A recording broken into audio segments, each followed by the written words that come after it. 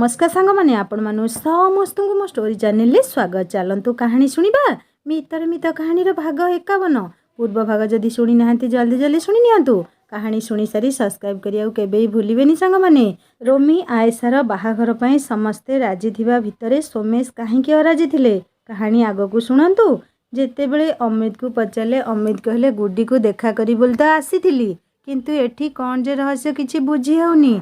सोमेश आश्चर्य होई होटेल चारिआडे नजर बुलाई आनी कहले रहस्य। हाँ रहस्य तो किछि गोटे अछि। मते भी घरे कहले रोमी को देखा करिया पई कॉलेज हॉस्टल जिबा किंतु एईटा तो कॉलेज हॉस्टल नुहे।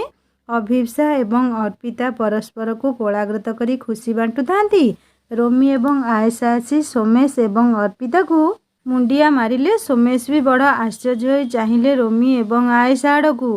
अर्पिता को चाही पचारे अर्पिता एईटा तो गोटे होटेल आमे एठी रोमी भी एठी लिप्सा भी आसीछि कौन सबू घटना जे कौन दुई चांदकर किछि प्लान अछि ना कौन कौन चली आम डाक्तराणी एवं मास्टराणी को मुंडरे। अभिप्सा सोमेश का हाथ धरी नहीं टेबुल पाखरे थिबा चेयर रे बसई दे कहला ओहो भाई एते व्यस्त कौन पई हेउछंती टिके तो अपेक्षा करंतु। सोमेश जेतेबेले अमित को पाखरे बसी गले अभिप्सा एवं अर्पिता हाथ धराधरी होई छिड़ा होई कहले आपण मन पई बहुत बड़ खुशी खबर। अर्पिता कहला अमृत तुम्हें जानिले खुशी हेब जे आमे माने समुदी समुदुणी हेबाकू जाउछे। अमृत पार्टी को कॉफी नेउ नेउ आश्चर्य होई कॉफी कप को टेबुल ऊपर रखी देही कहले what are you joking Arpita. Abhipsa कहला no we are not joking it's true आमे माने समुदी समुदुणी सूत्र रे बांधी हेबाकू जाउछे माने रोमी एवं आयसार बाहाघर हेब खूब शीघ्र एवं एहार सबु श्रेय केवल लिप्सा को जाउछि। केवल ता पई आज रोमी एवं आयशा सबु राग अभिमान भूल बुझामणा सबुको दूर करी पुणी दुहे दुही को आपणाई नेइछंती। रोमी एबे आयशा को विवाह करिया को प्रस्तुत अछि एवं आमे दुई चांद भी बहुत खुशी। एते वर्षर अपेक्षा परे आम स्वप्न सफल हेबाकू जाउछि। सोमेश एवं अमृत आश्चर्यर सह अनेक प्रश्न चिन्ह सह अर्पिता एवं अभिप्सा को चाहिथांती। अभिप्सा कहला मु जाने आपण दुई जनक मनरे अनेक प्रश्न तेबे से प्रश्नर उत्तर मु देबी नाही कि चांद देव नाही सबुर उत्तर लिप्सा देव। ए सबु कथा भितरे बेबी दौड़ी जाई आयशा को कुंढई पकई कहला ओहो मो भाउज आज बहुत सुंदर लागुछंती सतरे सरगर परिटिए ओल्हाई आसिया भली लागुछ। आयशा बेबी को हल्का चिमुटी देई कहला आस्ते कह बाबा अछंती परा।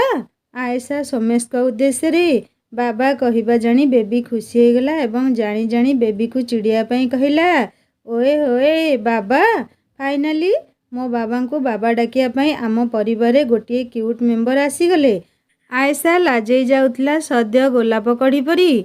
आयशा सोमेश को छोट बेलू देखी आसीछि मिसी आसीछि किंतु आज प्रथम थर से सोमेश का सम्मुखरे छिड़ा हेबाकू लाजई जाउथुला। मनरे केउठी ना केउठी एक अजଣା भय आसुथुला। से भय कौन पई काहेकि आयशा निजे भी जानी पारु नथुला। अर्पिता आयशा पाखकू आसी आयशा गालरे प्रीतिर स्पर्श देई कहला मो माटा केते कष्ट पाइछि एथर सबु किछि समाधान होई गला सेइथि पई तते अनेक अनेक धन्यवाद मा। तू तो स्वामी को बाट को फेराई आनिलु एई बदमाश टोका पई समस्ते कांदिलेनी बहुत। एथर यथा शीघ्र तुम दुही को विवाहर सख्त डोरी रे बांधी देले हेला। एहा परे बेबी को चाही अर्पिता कहला बेबी गुड्डी को नहीं सेपटे बसी था आमे आग कथा होई सारू। लिप्सा अमृत सोमेश अभिप्सा एवं अर्पिता समस्ते गोल टेबुल बैठक करी मुह को मुह चाही बसी गले। समस्ते चाही थांती लिप्सा मुह को। लिप्सा आरंभरू शेष जाए सबु किछि कहीगला गोटी गोटी करी केवल पूरी घटना छाड़ी सबु किछि सुनिया परे अमृत कहले ओ माई गॉड इत्ते सबु घटना घटी जाइछि या भितरे ये तो विराट बड़ यूटर्न रोमी जीवनर। जाओ पिलाटा समय पूर्वरु बाट को पळाई आसिला बहुत खुशी लागुछि ए सबु सुनी। जाओ सबु किछि खूब शीघ्र समाधान होई गला। एहा परे अमृत अभिप्सा आड़कू चाही कहले ए अभिप्सा तुमे एते किछि जानिथिलो किंतु मते तो किछि कहिन। अभिप्सा कहला कहबी बोली तो भाबुथुली किंतु चांद तुमको एई सरप्राइज देबा प्लान करिला तो सेइथि पई नीरव रहिली। ମୁଁ ବି କୋଉ ଆଗରୁ ଜାଣିଥିଲି, ସବୁ କିଛି ତ କାଲି ଜାଣିଲି। ଅମିତ କହିଲା, ଆରେ ଗୁଡ଼ି ଭୁବନେଶ୍ୱର ଥିଲା, ତାକୁ ଘରକୁ ଡାକିଲ ନାହିଁ?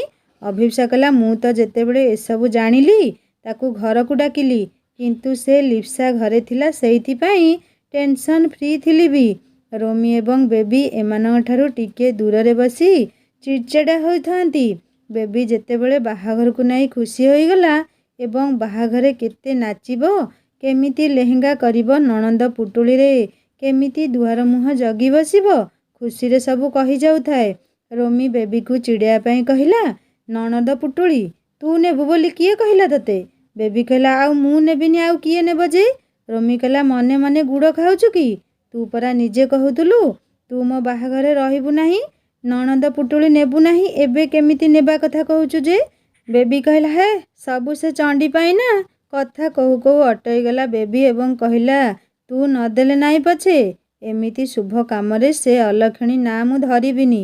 ମୋର କିଛି ଦରକାର ନାହିଁ ରେ ଭାଇ, ଠାକୁରଙ୍କୁ ଏତିକି ପ୍ରାର୍ଥନା ତୁମେ ଦୁହେଁ ଖୁସିରେ ରୁହ। ବେବି ତ ଏତେ ଭଲ ପାଇବା ଦେଖି ରୋମି ବେବିକୁ କୋଳେଇ ନେଇ କହିଲା, ନାଇଲୋ ମୋ ଗେହ୍ଲି, ମୋର ଯାହା ତୋର ବି ସେ ସବୁ। ମୋତେ ଟିକେ ଭଲ ଲାଗେ ତ ତତେ ଚିଡ଼େଇବା ପାଇଁ।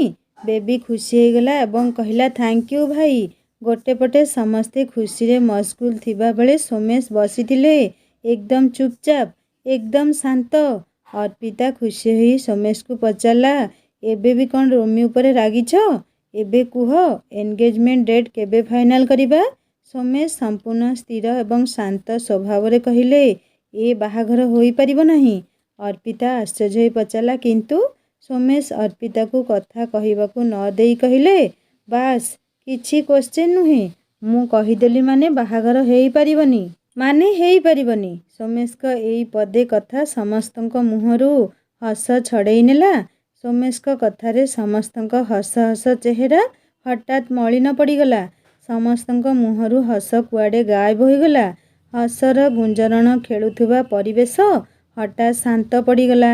ସମସ୍ତେ ଆଶ୍ଚର୍ଯ୍ୟ ହୋଇ ସୋମେଶଙ୍କ ମୁହଁକୁ ଚାହିଁଥାନ୍ତି, ଆଉ ସୋମେଶ ବସିଥାନ୍ତି ସମ୍ପୂର୍ଣ୍ଣ ଶାନ୍ତ ଭାବରେ।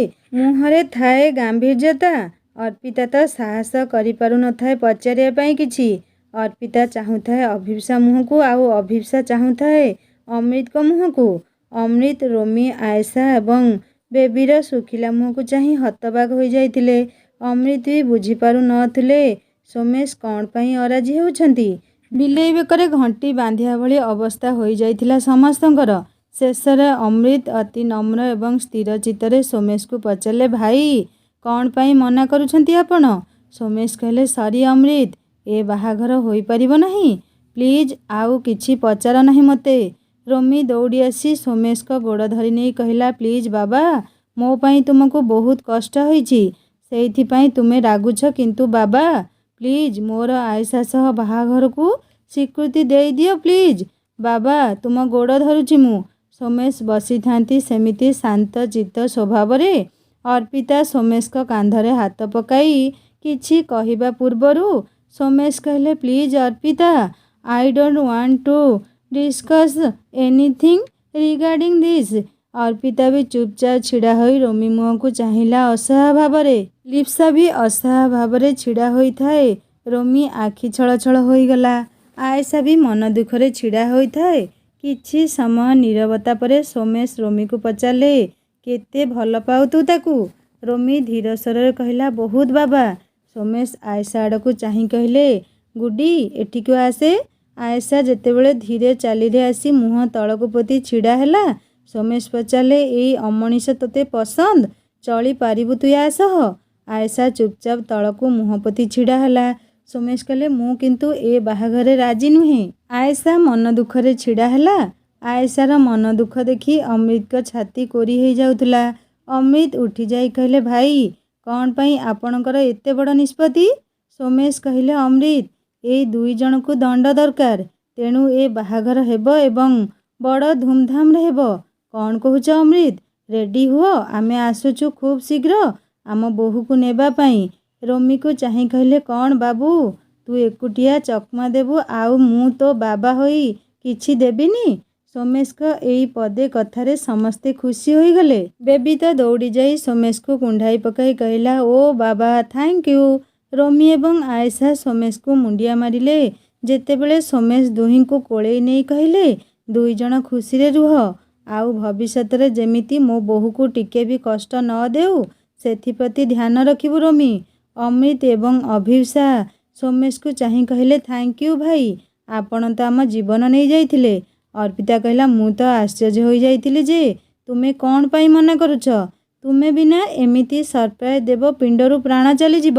ଲିପ୍ସାକୁ ସୋମେଶ ଡାକି କହିଲେ, ମୋ ବଡ଼ ଝିଅର ଏଥିରେ ବହୁତ ବଡ଼ ଭୂମିକା ରହିଛି, ତାକୁ ତ ପ୍ରଥମେ ଧନ୍ୟବାଦ ଦେଇଦିଏ। ଲିପ୍ସାକୁ ଡାକି ସୋମେଶ କହିଲେ, ଲିପ୍ସାରେ, ତତେ କେମିତି ଧନ୍ୟବାଦ ଦେବି ଜାଣିପାରୁନି, କିନ୍ତୁ ଏତିକି କହିବି, ତୁ ଯେତେ ବଡ଼ ଭଲ କାମ କରିଛୁ ଭଗବାନ ନିଶ୍ଚୟ ତତେ ଏହାର ଫଳ ଭଲ ହିଁ ଦେବେ। ବାପା ହୋଇ ମୁଁ ମୋ ପୁଅକୁ ବାଟକୁ ଆଣିପାରିଲି ନାହିଁ, କିନ୍ତୁ ତୁ ବଡ଼ ଭଉଣୀର ସବୁ ଦାୟିତ୍ୱ ସମ୍ପନ୍ନ କରିଛୁ। ଧନ୍ୟବାଦ ଲିପ୍ସା। ଲିପ୍ସା ସ୍ମିତ ହସିଦେଇ ସୋମେଶକୁ କହିଲା, ପିଉସା, ରୋମି ତମ ଗେହ୍ଲା ଭାଇ, ଆପଣଙ୍କ ଆଶୀର୍ବାଦ କେବଳ ଥାଉ ଆମମାନଙ୍କ ଉପରେ। ସୋମେଶ ଲିପ୍ସାକୁ କହିଲେ, ଆଚ୍ଛା, ଯେଉଁ ପିଲାଟି ଏତେ ବଡ଼ ସାହାଯ୍ୟ କରିଲା ତାକୁ ଆଣିଲ ନାହିଁ? ଲିପ୍ସା କହିଲା, ପିଉସା, ମୁଁ ତାକୁ ଆଉ କେବେ ଡାକିବି? ସେ ଆଜି ତା ଘରେ ଥିବ। ସୋମେଶ ଆୟେଶାକୁ ଚାହିଁ କହିଲେ, କ'ଣ ମା, ଏଥର ଖୁସି ତ? ଆୟେଶା ସୋମେଶକୁ ଚାହିଁ ସଲଜ ହସଟିଏ ହସିଦେଲା। ସୋମେଶ ଅମୃତକୁ କହିଲେ, ଅମୃତ, କେବେ ଯିବ ବର? ଏଥର ପ୍ରସ୍ତୁତ ହୁଅ। ଅମୃତ ହସିଦେଇ କହିଲେ, ଭାଇ, ସବୁ ତ ଆପଣଙ୍କ ହାତରେ। ଶୁଭସ୍ୟ ଶୀଘ୍ରମ୍। ଛୁଆ ଦୁଇଟାଙ୍କର ଭଲ ତିଥିବାର ଦେଖି ଏନଗେଜମେଣ୍ଟ ସାରିଦେଲେ ପଢ଼ା ସରୁ ସରୁ ବାହାଘର କରିଦେବା ଉଚିତ ହେବ ବୋଲି ମୁଁ ଭାବୁଛି। ବାକି ଆପଣଙ୍କ ଇଚ୍ଛା। ସୋମେଶ କହିଲେ, ହଉ ଠିକ୍ ଅଛି, ମୁଁ ଦୁହିଁଙ୍କ ଜାତକ ଦେଖାଇ ଶୁଭ ଦିନ ଠିକ୍ କରୁଛି। ସବୁ କିଛି ଠିକ୍ ହେବା ପରେ ଅର୍ପିତା ଆଣିଥିବା ଚିକ ଯେତେବେଳେ ଆୟେଶା ବେକରେ ପିନ୍ଧେଇ ଦେଲା, ଅଭିପ୍ସା ବି ରୋମି ପାଇଁ କିଣିଥିବା ବ୍ରେସଲେଟ୍ ପିନ୍ଧେଇ ଦେଲା। ସୋମେଶ ଏସବୁ ଦେଖି କହିଲେ, ଆରେ ବାଃ, ଦୁଇ ଚାନ୍ଦ ତ ଖୁବ୍ ଆଡ଼ଭାନ୍ସ। ବୋହୂ ଦେଖା ଜ୍ୱାଇଁ ଦେଖା ସବୁ କିଛି ସାଙ୍ଗରେ ନେଇ ଆସିଛନ୍ତି। ଏଠି ଅମୃତ ଆଉ ମୁଁ କେବଳ ଭକୁଆ। ସୋମେଶଙ୍କ କଥାରେ ସମସ୍ତେ ହସିଲେ। ସମସ୍ତେ ହୋଟେଲରେ ଖୁସିର ମୁହୂର୍ତ୍ତ ବିତାଇ ଖାଇ ପିଇ ବାହାରିଲେ। ଲିପ୍ସା ଅର୍ପିତାକୁ ଧରି କହିଲା, ଅପା, ପ୍ଲିଜ୍ ମୋ ଘରକୁ ଚାଲନା ଟିକେ ବୁଲି ଆସିବ। ଅଭିପ୍ସା ବି ଅର୍ପିତା ହାତ ଧରି କହିଲା, ଚାନ୍ଦ, ମୋ ଘରକୁ ଯିବୁନୁ ନା କ'ଣ? ସେ କଥା ହେଇପାରିବନି। ହେଲେ ସୋମେଶ କହିଲେ, ହଉ ହଉ, ସମସ୍ତେ ପ୍ରଥମେ ରୋମି ଏବଂ ଗୁଡିକୁ ହଷ୍ଟେଲରେ ଛାଡ଼ି ଦେଇ ସାଙ୍ଗ ହୋଇ ଲିପ୍ସା ଘରକୁ ଯିବା ଏବଂ ସେଠୁ ଅଭିପ୍ସା ଘରକୁ ଯିବା। ଆରେ ଆରେ, ସରି ସରି, ନୂଆ ସମୁଦି ସମୁଦୁଣୀ ଘର ଆମର। ଅମୃତ ହସିଦେଇ କହିଲେ, ନାଇଁ ନାଇଁ ଭାଇ, ମୁଁ ଆପଣଙ୍କର ସେଇ ଅମୃତ, ସମୁଦି ନୁହେଁ। ଅଭିପ୍ସା ହସିଦେଇ କହିଲା, ଭାଇ, ମୁଁ ବି ଆପଣଙ୍କର ସେଇ ଅଭିପ୍ସା। ଅଭିପ୍ସା କହିଲା, ଚାନ୍ଦ, ବେବିକୁ ଆଣିକି ଆସିଛୁ, ଆମ ଘରେ ଆଜି ରାତିକ ରହିଯା ନା ପ୍ଲିଜ୍। ଅର୍ପିତା କହିଲା, ନାଇଁରେ ଚାନ୍ଦ, ଆଉ କେବେ? ବହୁ ଦିନ ହବ ବୋଉ ପାଖକୁ ଯାଇନି, ଆଜି ରାତିଟା ବୋଉ ଆଉ ଭାଇ ଭାଉଜଙ୍କ ପାଖରେ ରହିବି। ଲିପ୍ସା ଶୁଣୁ ଶୁଣୁ କହିଲା, ବାଃ ଅପା, ବାଃ, ମଜା ଆସିଯିବ ଆଉ। ମୁଁ ବି ଆଜି ଘରକୁ ଯିବି ତାହେଲେ ଆଉ। ସୋମେଶ, ଅର୍ପିତା, ଅଭିପ୍ସା, ଅମୃତ, ବେବି ଏବଂ ଲିପ୍ସା ରୋମି ଏବଂ ଆୟେଶାକୁ ହଷ୍ଟେଲ ପାଖରେ ଛାଡ଼ି ଭୁବନେଶ୍ୱର ଅଭିମୁଖେ ବାହାରିଗଲେ। ପ୍ରଥମେ ସମସ୍ତେ ଲିପ୍ସା ଘର ହୋଇ ଏକାଠି ସାଙ୍ଗ ହୋଇ ଅଭିପ୍ସା ଘରକୁ ଗଲେ। ଅଭିପ୍ସା ଏବଂ ଅମୃତଙ୍କ ଘରେ ସମସ୍ତେ ରୋମି ଏବଂ ଆୟେଶା ଏକାଠି ହେବାର ଖୁସିକୁ ନିଜ ଭିତରେ ବାଣ୍ଟିଲେ। ନିଜ ଭିତରେ ଖୁବ୍ ମଜା କରିଲେ ସମସ୍ତେ।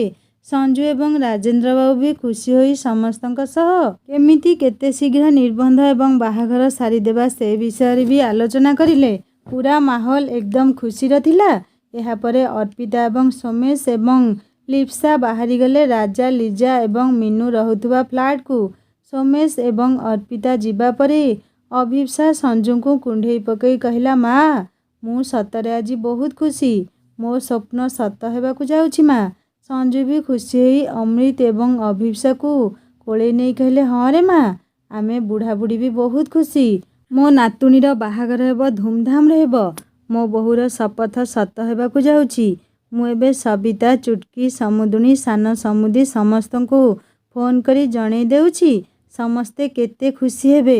ଅଭିପ୍ସା କହିଲା, ହଁ ହଁ ମା, ଆପଣ ଠିକ୍ କହିଛନ୍ତି, ନିଅନ୍ତୁ ମୋ ଫୋନ୍। ରାଜେନ୍ଦ୍ର ବାବୁ ବି ଅମୃତକୁ କୋଳେଇ ନେଇ କହିଲେ, ବାବୁରେ, ସବୁ କିଛି ଭଲରେ ଭଲରେ ହେଇଯାଉ ଏଥର। ସଞ୍ଜୁ ସମସ୍ତଙ୍କୁ ଯେତେବେଳେ ଫୋନ୍ କରି ଖୁସି ଖବର ଜଣାଇଲେ ସମସ୍ତେ ଖୁସି ହେଇଗଲେ ଏବଂ ଅଭିପ୍ସା ଏବଂ ଅମିତଙ୍କ ପାଖକୁ ଫୋନ୍ ପରେ ଫୋନ୍ ଆସି ଶୁଭେଚ୍ଛାର ସୁଅ ଛୁଟିବାକୁ ଲାଗିଲା। ସୋମେଶ ଏବଂ ଅର୍ପିତା ଯାଉଥିଲେ ଗୋଟେ ଗାଡ଼ିରେ ଏବଂ ବେବି ଲିପ୍ସା ସହ ଯାଉଥିଲା ଅନ୍ୟ ଏକ ଗାଡ଼ିରେ। ବେବି ଏବଂ ଲିପ୍ସା ବହୁତ ଖୁସି ଥିଲେ।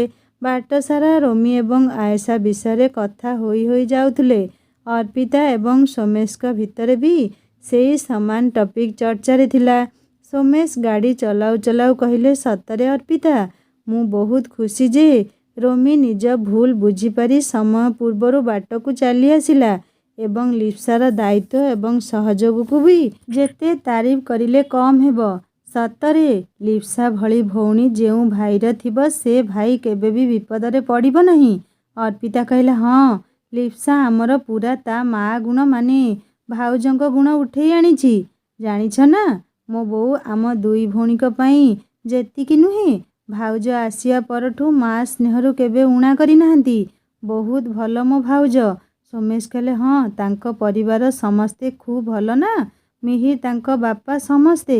ଅର୍ପିତା କହିଲା, ହଁ, ସତ କଥା।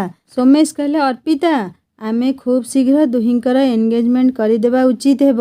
ଅର୍ପିତା କହିଲା, ହଁ, ଦୁହିଁଙ୍କୁ ପଘାରେ ବାନ୍ଧି ଖୁଣ୍ଟରେ ବାନ୍ଧିଦେଲେ ଆମ କାମ ସରିବ। ସୋମେଶ ଖୁବ୍ ସୁନ୍ଦର ହସଟିଏ ହସିଦେଇ କହିଲେ, ମ୍ୟାଡ଼ାମ, କାମ ସରିଯିବ ନା ଦାୟିତ୍ୱ ବଢ଼ିଯିବ? କଥା ହେଇ ହେଇ ସମସ୍ତେ ଯେତେବେଳେ ଫ୍ଲାଟରେ ପହଞ୍ଚି ବେଲ୍ ମାରିଲେ, ଲିଜା କିଏ ଆସିଛି ବୋଲି ତରତର ହୋଇ ଆସି ଡୋର୍ ଖୋଲିଦେଇ ଆଶ୍ଚର୍ଯ୍ୟ ହୋଇଗଲା, ଆରେ ଅର୍ପିତା ଜ୍ୱାଇଁବାବୁ। ଲିଜା ମୁଣ୍ଡରେ ଗଣ୍ଠିଟିଏ ମାରିଦେଇ ଅଣ୍ଟାରେ ଲୁଗା ଭିଡ଼ି ବାଥରୁମରେ ଲୁଗାପଟା ସଫାସଫି କରୁଥିଲା। ବେଲ୍ ଶୁଣି ଦୌଡ଼ି ଆସିଥିଲା ଖୋଲିବା ପାଇଁ, କିନ୍ତୁ ଯେତେବେଳେ ସମସ୍ତଙ୍କୁ ଦେଖିଦେଲା, ଅଣ୍ଟାରୁ ଲୁଗା କାଢ଼ି ମୁଣ୍ଡରେ ଦେଇ କହିଲା, ଆସ ଅର୍ପିତା, ଆସ ଜ୍ୱାଇଁବାବୁ, ଭିତରକୁ ଆସ। ଅର୍ପିତା ଏବଂ ସୋମେଶ ଲିଜାକୁ ମୁଣ୍ଡିଆ ମାରିଲେ। ବେବି ବି ମୁଣ୍ଡିଆ ମାରୁ ମାରୁ ଲିଜା କୋଳେଇ ନେଇ କହିଲା, ମୋ ଧନଟା, ଆସେ, କେତେ ଦିନ ପରେ ପାଦ ପଡ଼ିଛି ଆମ ଘରେ। ଲିପ୍ସା କହିଲା, ଆଉ ମୋତେ ଡାକିବନି। କ'ଣ ଏମିତି ପାଗଳି ଭଳି ଦେଖାଯାଉଛ ଯେ? କାମବାଲି ଆଜି ଆସିନି କି? କ'ଣ କରୁଥିଲ? ଲିଜା ହସିଦେଇ କହିଲା, ମୋ ବଡ଼ ଝିଅ ଆଗ, ପରେ ତୁ, ବୁଝିଲୁ? ଅର୍ପିତା ଏ ଘରର ବଡ଼ ଝିଅ। ଧନ, ତୁ ବି ତ ଆମ ଜୀବନଟା। ଲିପ୍ସା ଲିଜା ଉପରେ ଆଉଜି ହୋଇ କହିଲା, ଆଗ ତୁମ ବଡ଼ ଝିଅ ଜ୍ୱାଇଁଙ୍କ କଥା ବୁଝ, ମୁଁ ତ ଭାଇ, ସବୁ ଦୁନିଆ କୁଣିଆ। ମିନୁ ଲିପ୍ସା ପାଟି ଶୁଣି ଚଷମା କାଚ ପୋଛି କହି ଆସିଲେ, ସବୁ ଦିନିଆ କୁଣିଆ କ'ଣ ବା? ତୁ ତ ଆମ ଘରର ପୁଅଟା।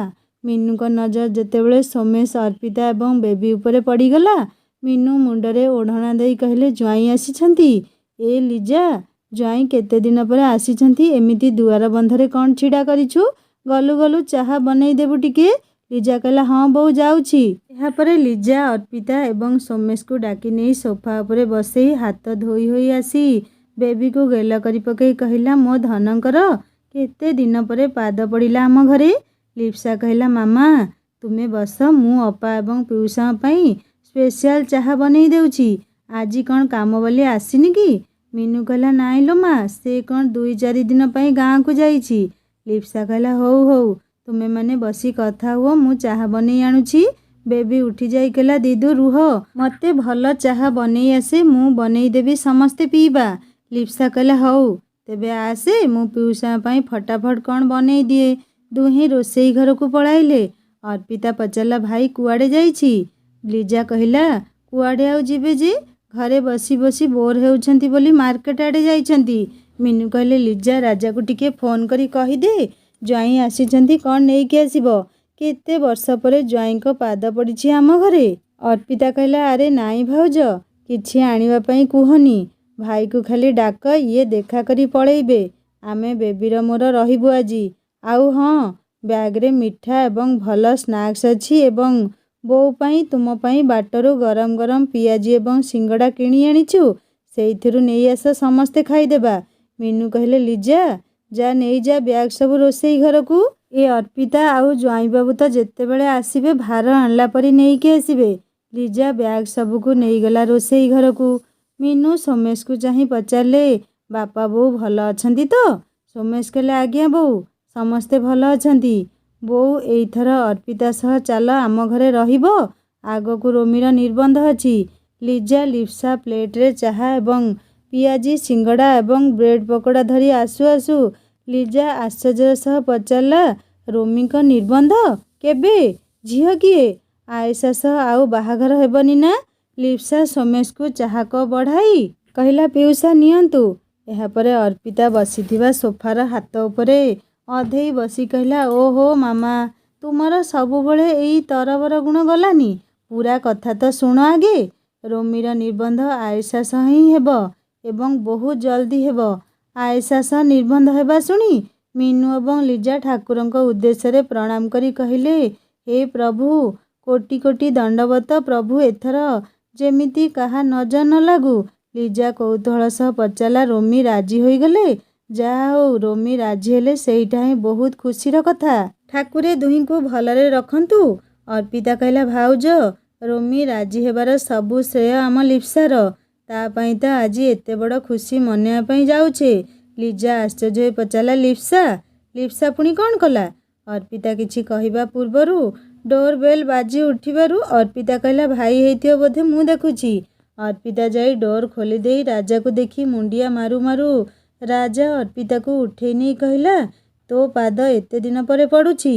ତୁ ଆଉ ସୋମେଶ ବାବୁ ଆସିବା ଖବର ପାଇ ତ ମୁଁ ଦୌଡ଼ି ଆସିଲି। ସୋମେଶ ଚାହା କପ୍ଟି ଟେବୁଲ ଉପରେ ରଖି ରାଜାଙ୍କୁ ପ୍ରଣାମ କଲେ। ସମସ୍ତେ ରୋମି ଏବଂ ଆଏଶା ବାହାଘର ବିଷୟରେ ଅଳ୍ପ କିଛି ଚର୍ଚ୍ଚା କରିଛନ୍ତି। ସୋମେଶ ହାତ ଘଣ୍ଟା ଦେଖି କହିଲେ, ଅର୍ପିତା, ମୋତେ ଏବେ ଯିବାକୁ ହେବ। ସମୟ ଅନେକ ହେଇଗଲାଣି। ମୋତେ କମ୍ପାନୀ ଯିବାର ଅଛି। କିଛି ଡିଲିଂ ବାକି ଅଛି। ତୁମେମାନେ ଗପସପ ହୁଅ, ମୁଁ କାଲି ଏତିକି ସମୟରେ ଆସି ତୁମମାନଙ୍କୁ ନେଇଯିବି। ଲିପ୍ସା କହିଲା, ପିଉସା, ଆପଣ କାହିଁକି ଏତେ ଦୂର ନେବା ପାଇଁ ଆସିବେ ଯେ ମୁଁ ନିଜେ ନେଇ ଛାଡ଼ି ଆସିବି? ବେବି କହିଲା, ହଁ ହଁ, ଭଲ ହେବ। ଦିଦୁଙ୍କ ସହ ଗପିବା ପାଇଁ ଆଉ କିଛି ସମୟ ବି ମିଳିଯିବ। ସୋମେଶ ବେବି ମୁଣ୍ଡରେ ହାତ ମାରି କହିଲେ, ମୋ ଗପୁଡ଼ି କଣ୍ଢେଇର ସବୁବେଳେ ତ ଗପ ଦରକାର, ପାଠ କେତେବେଳେ ପଢ଼ା ହେଉଛି? ଦିଦୁ ଭଳି ପାଠ ପଢ଼ି ମଣିଷ ହେବାକୁ ବି ଚେଷ୍ଟା କର। ସୋମେଶ ଉଠି ଯାଉ ଯାଉ ମିନୁ, ରାଜା ଏବଂ ଲିଜା ବାଧ୍ୟ କରିଲେ ରହିବା ପାଇଁ। କିନ୍ତୁ ସୋମେଶ କହିଲେ, ଆସିବି ଆଉ କେବେ, ଆଜି କାମ ବହୁତ ଅଛି। ସୋମେଶକୁ ସମସ୍ତେ ବାହାର ଯାଏ ଛାଡ଼ି ଦେଇ ଆସି ବସିଛନ୍ତି। ଅର୍ପିତା ଚର୍ଚ୍ଚା କରି ବସିଲା, ଲିପ୍ସା କେମିତି ରୋମିକୁ ବାଟକୁ ଆଣିଲା। ଅର୍ପିତା ଲିପ୍ସାର ଭୁରି ଭୁରି ପ୍ରଶଂସା କରୁଥାଏ। ଲିପ୍ସା ହସି ଦେଇ କହିଲା, ନାଇଁ ମୋ ମା, ସେମିତି କିଛି ନୁହେଁ। ଅପା ଟିକେ ଅଧିକ କହିଦେଉଛନ୍ତି।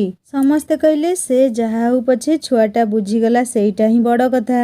ଲିଜା, ବେବି, ଲିପ୍ସା ଏବଂ ଅର୍ପିତାକୁ ବଦଳା ବଦଳି କରିବା ପାଇଁ କହି ରାତି ପାଇଁ କ'ଣ ରୋଷେଇ ହେବ, ସେଇଥିପାଇଁ କାମରେ ଲାଗିଗଲା। ଅର୍ପିତା, ଲିପ୍ସା ଏବଂ ବେବି ବି ଲିଜା ପଛେ ପଛେ ରୋଷେଇ ଘରକୁ ଯାଇ ବସି ପଡ଼ିଲେ ସପ ଖଣ୍ଡେ ପକାଇ। ମିନୁ ବସିଥାନ୍ତି ବାଟ ମୁହଁରେ ଗୋଡ଼ ହାତ ଲମ୍ବେଇ। ଅର୍ପିତା ପଚାରିଲା, ବୋଉ, ଲିନା ଖବର ଭଲଟି? କେତେ ଦିନ ହେବ ତା ସହ କଥା ହେଇନି ଲୋ। କୁଆଡ଼େ ବ୍ୟସ୍ତ ରହୁଛି ସେ କେଜାଣି, ଫୋନ୍ ବି କରୁନି ଟିକେ। ଦୁଇ ପୁଅଙ୍କର ବାହାଘର ଖୋଜିଲାଣି ନା ନାହିଁ? ରହ, ତାକୁ ଫୋନ୍ ଲଗାଏ, ତା ସହ କଥା ହେବି ଟିକେ।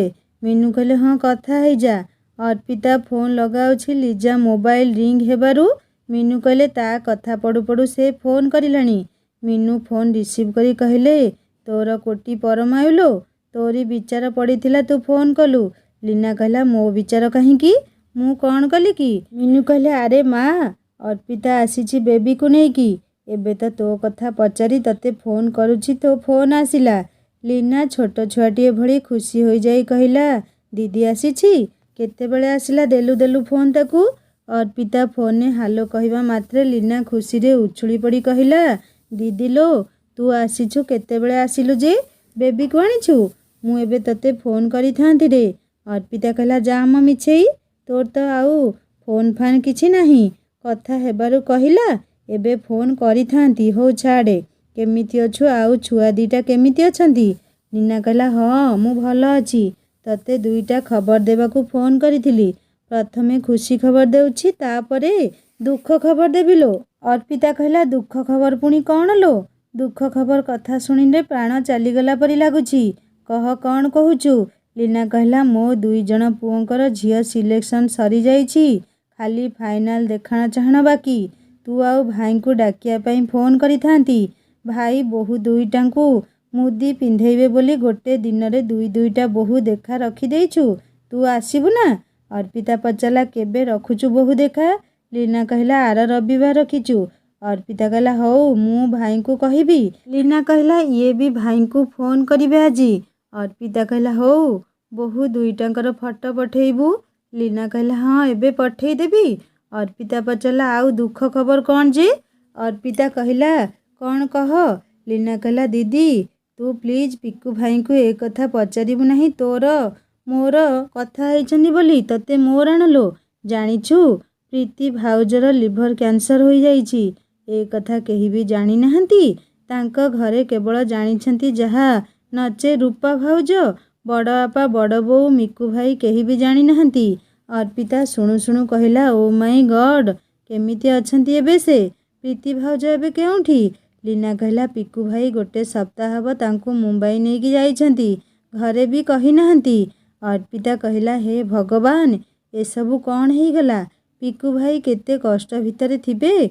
एमिति समय निज मनीषर आश्वासना बेसी शांति दिए, कष्टर परिमाण को कम करी जंत्रणा लाघव करे। किंतु पिकू भाई को आमे केमिति हठात पचारिबा जे? लीना कहला हे नाई नाई तू किछि फोन फान करनी, आमर एई जो खुड़ी ना पक्का राहाबाड़ी गोटे, मो तंटी झुणी देबलो मा। पिकू भाईकर जदि आमे एते जरूरत होई थांतु से कौन आमको फोन करि न थांते?